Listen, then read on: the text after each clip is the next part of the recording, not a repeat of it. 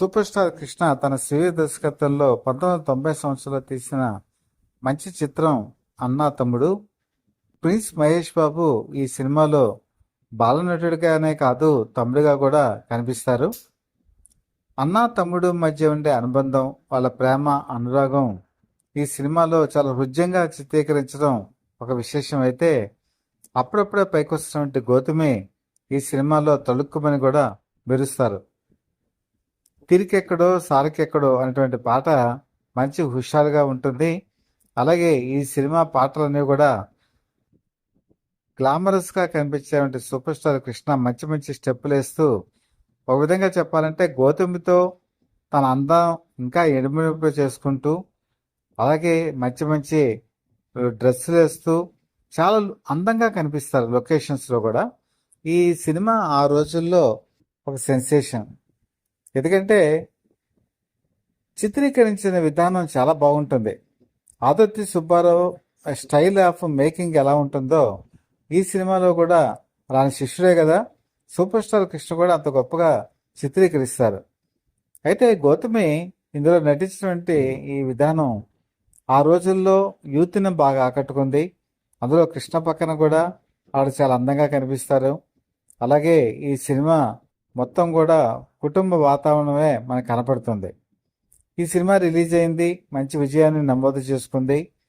అలాగే మరొక సినిమా 5 సంవత్సరాల తర్వాత డియర్ బ్రదర్. డియర్ బ్రదర్ కూడా ఒక విధంగా చెప్పాలంటే బ్రదర్ సెంటిమెంటే. గౌతమి కూడా ఇందులో హీరోయిన్, యమున ఇందులో కూడా ప్రధాన పాత్ర వహించడం జరుగుతుంది. సూపర్ స్టార్ కృష్ణ ఒక ఆటోవాలాగా కనిపిస్తూ అనాథ పిల్లల్ని చేరతీసుకుంటూ వాళ్ళకి అన్నయ్యగా చలామణిగా ఉంటూ వాళ్ళకి ప్రేమను పంచుతూ ఎలాగ సొసైటీలో కనిపిస్తారో ఆ విధంగానే యమున కూడా తన అన్నయ్యగా భావించేటువంటి సూపర్ స్టార్ కృష్ణని చివరి వరకు కూడా తన ఆత్మీయత అనురాగం మనసులోనే బడబాగ్నిలా దాచుకుంటూ విలన్ రఘువరన్ని ఎలా అంతమొందిస్తుంది కూడా ఈ సినిమాకి హైలైట్గా చెప్పుకోవచ్చు. ఇందులో మళ్ళీ గౌతమితో కలిసి ఆయన చేసేటువంటి డ్యాన్సులు కూడా ఆ రోజు 95లో యువతని బాగా ఆకట్టుకుంది.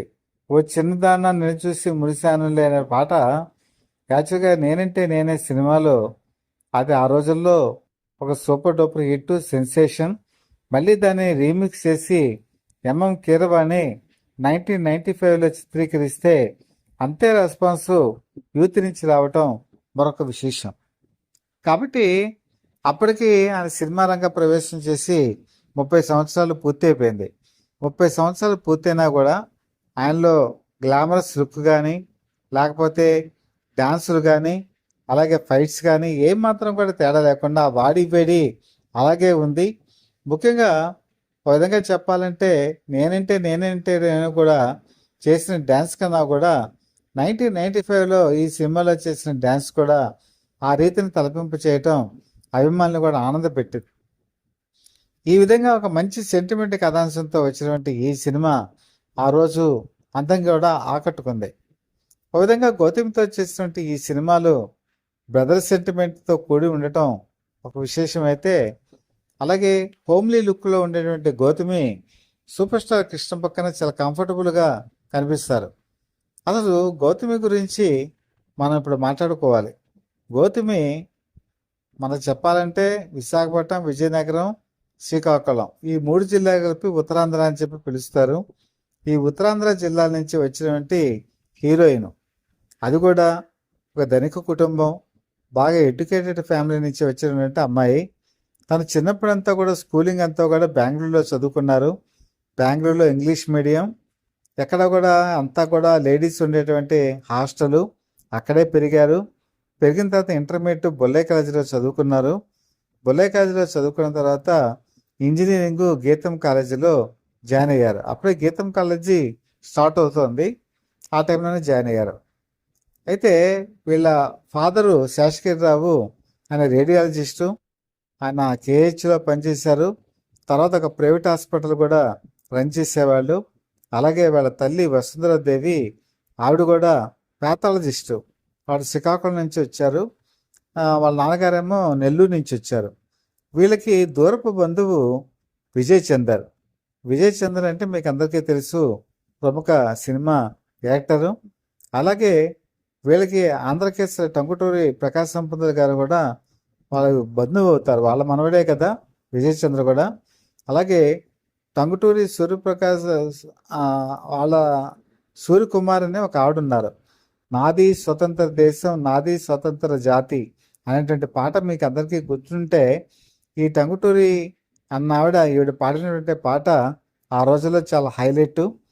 ఈ విధంగా వాళ్ళ కుటుంబంతో వీళ్ళ కుటుంబం కూడా ఎప్పుడు పరిచయాలు ఉంటూ ఉండేవి. వైజాగ్ వచ్చినప్పుడల్లా కూడా విజయ్ చంద్ర వీళ్ళింట్లోనే అకామిడేషన్తో ఉండేవారు.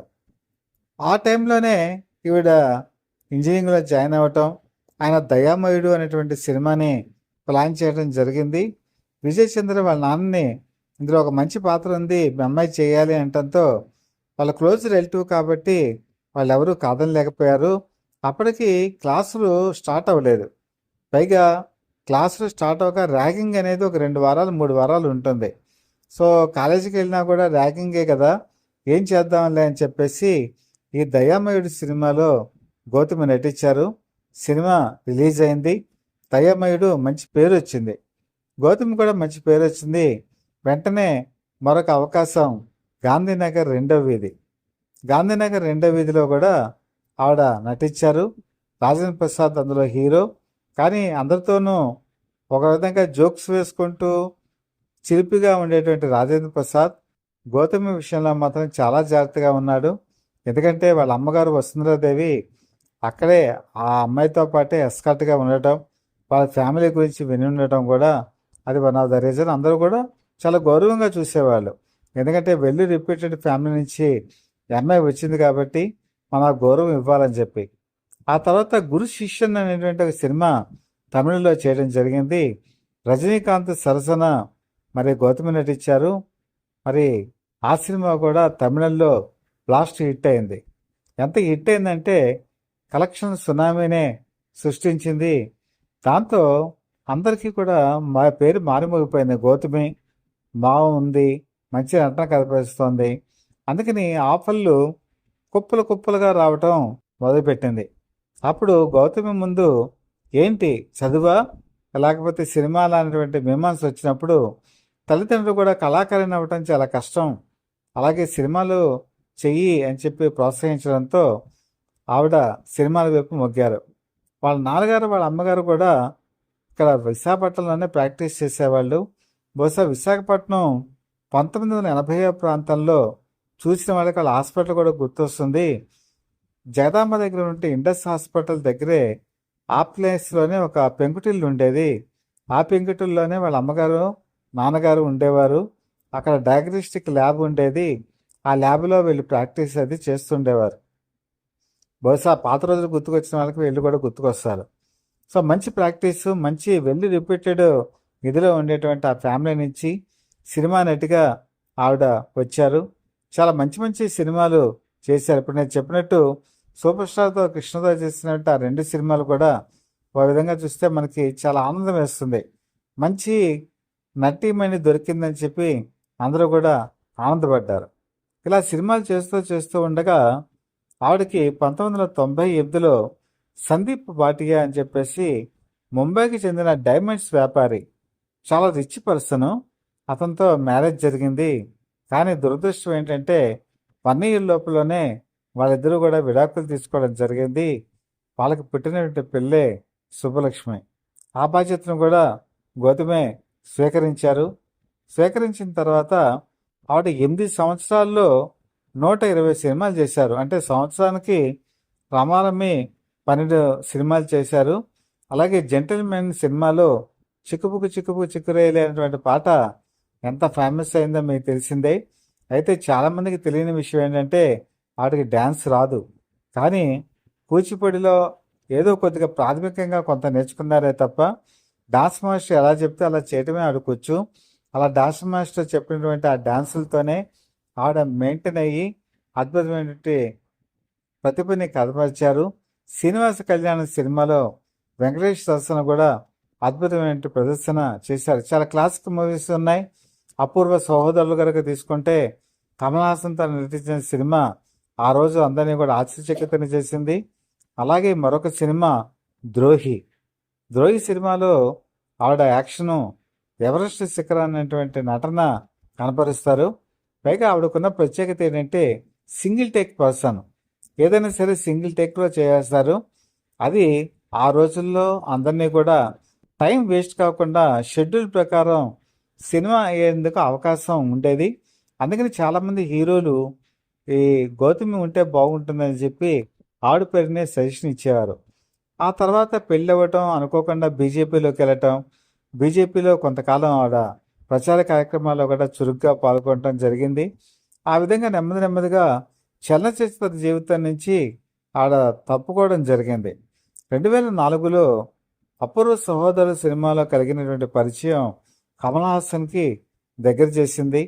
వాళ్ళిద్దరూ కూడా లివింగ్ రిలేషన్షిప్లోకి వెళ్ళారు. 13 సంవత్సరాల పాటు ఆ రిలేషన్షిప్లోనే వాళ్ళు ఉన్నారు. చాలామంది ఇంకా వీళ్ళిద్దరూ సెటిల్ అయిపోయారు అని చెప్పి అనుకున్న తరుణంలో అదే టైంలో ఆవిడకి క్యాన్సర్ అనేది డిటెక్ట్ అయింది. ఆ క్యాన్సర్ వచ్చినప్పుడు ఆవిడ పడిన స్ట్రగులు, ఒక విధంగా చెప్పాలంటే కమల్ హాసన్ కూడా మోరల్ సపోర్ట్ ఆ టైంలో ఇచ్చారు. కీమోలు ఇవ్వటం, జుట్టు ఊడిపోవటం, ఇవన్నీ కూడా జరిగాయి. అవన్నీ కూడా తట్టుకుంటూ మళ్ళీ రీగెయిన్ అవుతూ ఆవిడ క్యాన్సర్ని కూడా అధిగమించి చాలా ఒత్తిడిని తట్టుకొని ముందుకెళ్ళారు. ఓ విధంగా మహిళ అయి ఉండి అంత ఒత్తిడిని తట్టుకొని జయించారు అంటే, మృత్యువునే జయించారంటే ఆవిడ నిజంగా ఒక పాజిటివ్నెస్కి సంకేతంగా మనం భావించవచ్చు.